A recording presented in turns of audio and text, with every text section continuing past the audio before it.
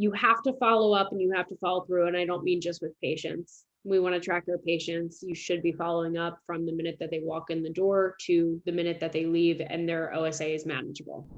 You want to follow up the entire time. And I don't mean just inside of, hi, I'm calling to confirm your appointment.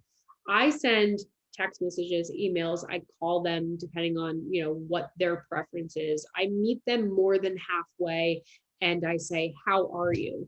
Because what we're doing in oral appliance therapy is just a spoke on the wheel. It is not a one size fits all. It typically works in conjunction with a lot of other initiatives in wellness. So we're talking about repairing and regenerating after surgery. We're talking about nutritional goals and getting a handle on things like diabetes or other chronic conditions like back pain because they're slightly overweight, or, we're addressing so many other things while we're addressing obstructive sleep apnea that the hey, how are you goes a long way.